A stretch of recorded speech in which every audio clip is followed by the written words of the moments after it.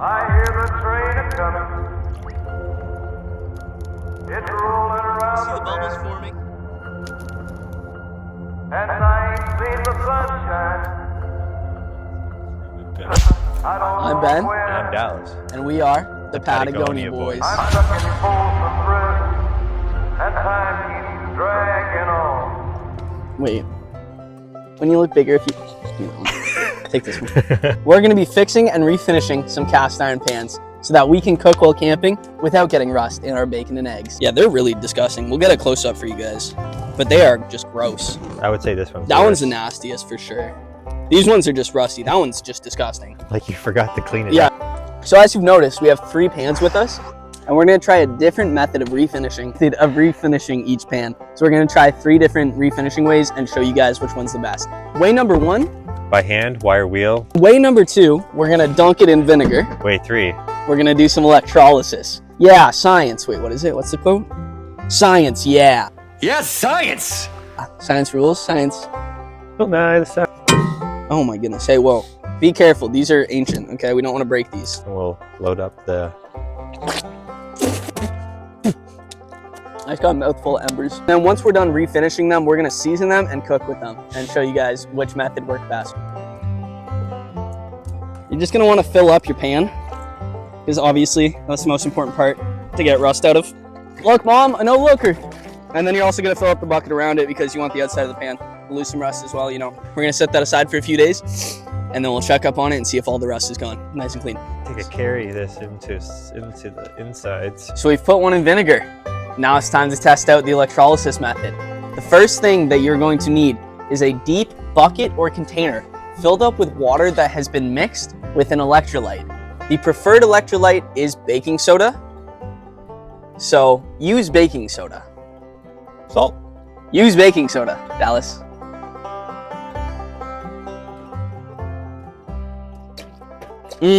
Make sure it's stirred up nice and good. We have 70,000 ohms. That's quite a lot of ohmage. So what you're gonna need for this is your bucket of water, an electrolyte, an insulant, and your cast iron pan, and a power source. So we've got our cast iron pan here, and we've got some copper wire on the end of it so that we can dangle it into the water without letting it touch any walls or the floor of the bucket. What's the consequences of it touching the bottom? I don't really know. All I've heard is don't let it touch the bottom. So I'm just listening to what I've heard. Is that gonna hang? That's perfect. Oh, that's gorgeous. That hangs great. So hook your positive up to your sacrificial anode, hook your negative up to your pan, and then turn on your power source. And you can already see the bubbles forming. That is electrolysis happening right in front of your face. That is taking the rust off the pan. And that'll hopefully give us a good start to refinishing and seasoning it.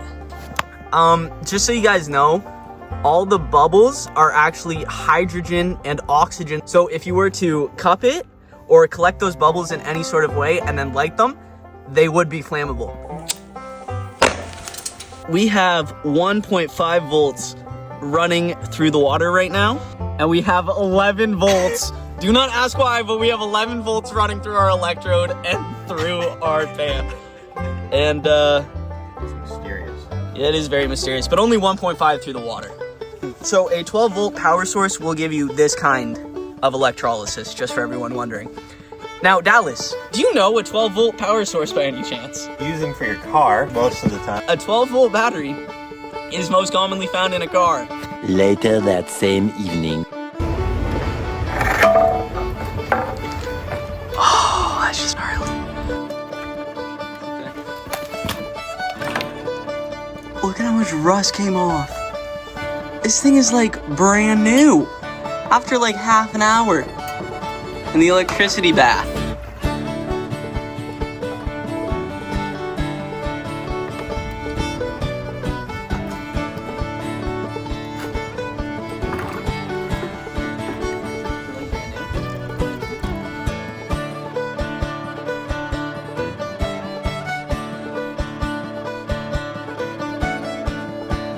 So our pan has been sitting in this mixture for 2 days now, and we haven't taken it out to scrub it because we've been busy. But you're supposed to take it out once every 4 hours and give it a good scrub and then put it back in the solution. Oh, it smells like rusty vinegar. This is like the smell to make you puke. So strong.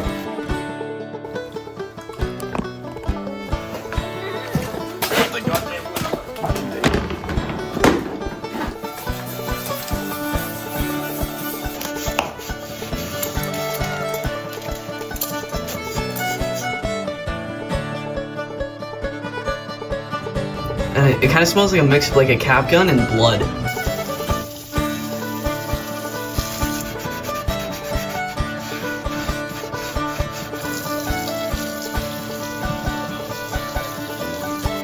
I think soaking it in vinegar for 2 days straight would have just been good enough.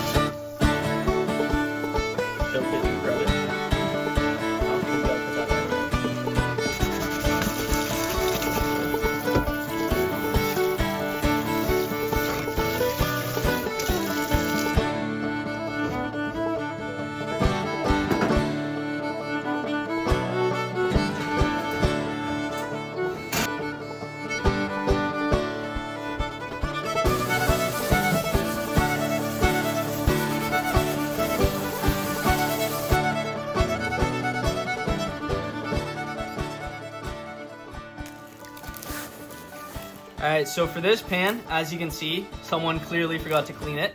But we're going to be doing this one by hand. So we're starting off with a wire wheel to get rid of all the rust and all the gunk.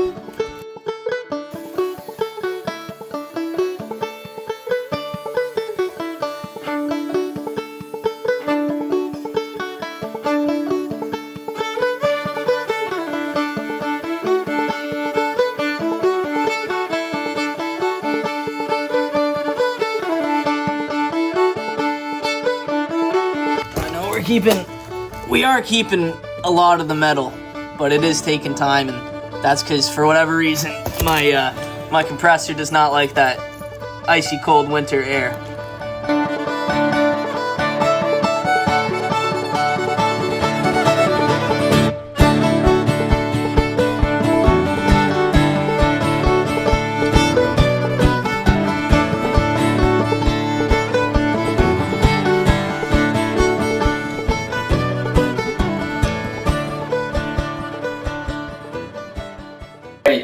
So now that we have all of our cast iron cleaned up and ready to season, we got hot soapy water ready to get all the contaminants off the cast iron so that when we season it, the seasoning sticks and it's safe and healthy to eat off of. From there, hand dry it. And then after it's somewhat dry, put it in the oven to dry it off all the way so it doesn't rust any more than it already has.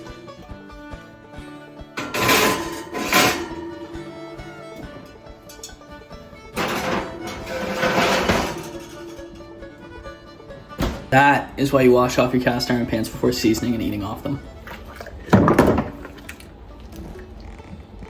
That's weird.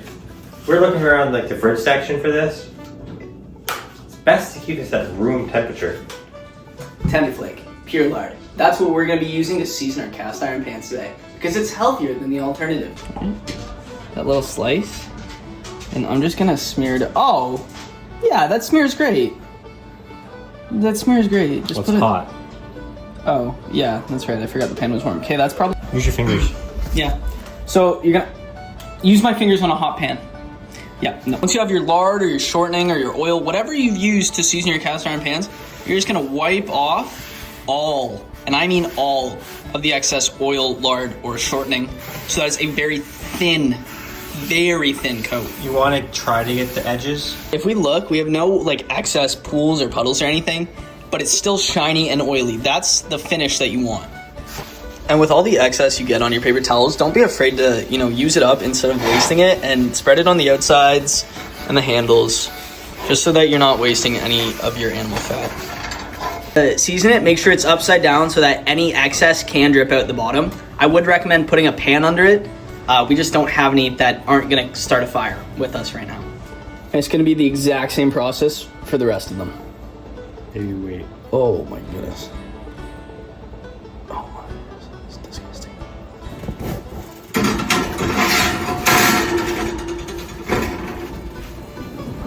So ideally, you want to leave the pans in the oven at about 420 degrees or 400, depending on what substance you're using. So 35 minutes at 420 for lard to season them. You'll notice when they're done, they'll start to blacken up and smoke. Yeah, that's when, as soon as you see a light smoke, time to pull them out. Or turn off the oven and just let them rest. All right, so when you're using lard, there's a certain smell that your kitchen will be encompassed by, and that's kind of telling my nostrils that one of our pans might be done seasoning. Okay, so let's pull it out and let's check it. It's gonna be the first one we put in. Ooh, a singular cloth. You want like some gloves? You're gonna burn your hand, buddy. Oh my goodness. Ooh. Ah, doesn't look ready. Okay, I like it. So the way to tell when you're all done, your first layer of seasoning, and every layer of seasoning thereafter, is when you open your oven. I don't know if you guys can see it on the camera, but there's some smoke radiating off of these pans from the animal fat burning. So that's gonna be your signal for it's time to pull it out. Okay? First seasoning. No seasoning.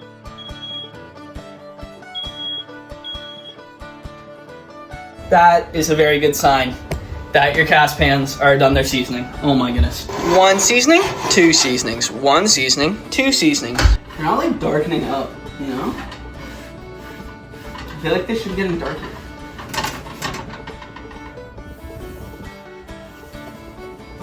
This one looks the best for sure. Definitely had the best finish when we were done doing it, so definitely the process. They were starting to look really good.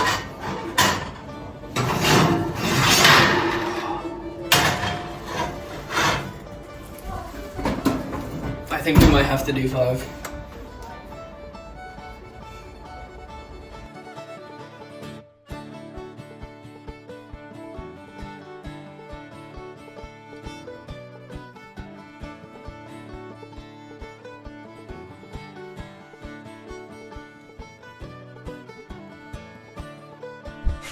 So we finally finished our cast iron pans. After 5 grueling sessions of seasoning them, they are finally what I would deem perfect. Yeah, they're not that bad actually. A little bit of things I would have done differently, like definitely done the electrolysis on all of them, but We found that electrolysis was definitely the best method. It removed all the rust, and when we scrubbed it, everything else, like the seasoning and all the old gunk, came off no problem. So I would definitely recommend it. these ones, you have to do so much more work. This one was just put it in the electrolysis, pull it out, and then literally just a quick scrub, and it was like brand new again. So next time, definitely would do it that way, but yeah, you have to learn once, right? Yeah, I think if we combined all 3 methods, that would definitely get you like the absolute best outcome. Couple of hours of electrolysis, And then into the like vinegar. vinegar for like 30 minutes or so. And then hit it with the wire wheel. But if you guys want to see us use this, we'll be using it in our next video to make a pan pizza. So stick around, subscribe, turn on those notifications, and we'll see you when we're making pizzas over that fire.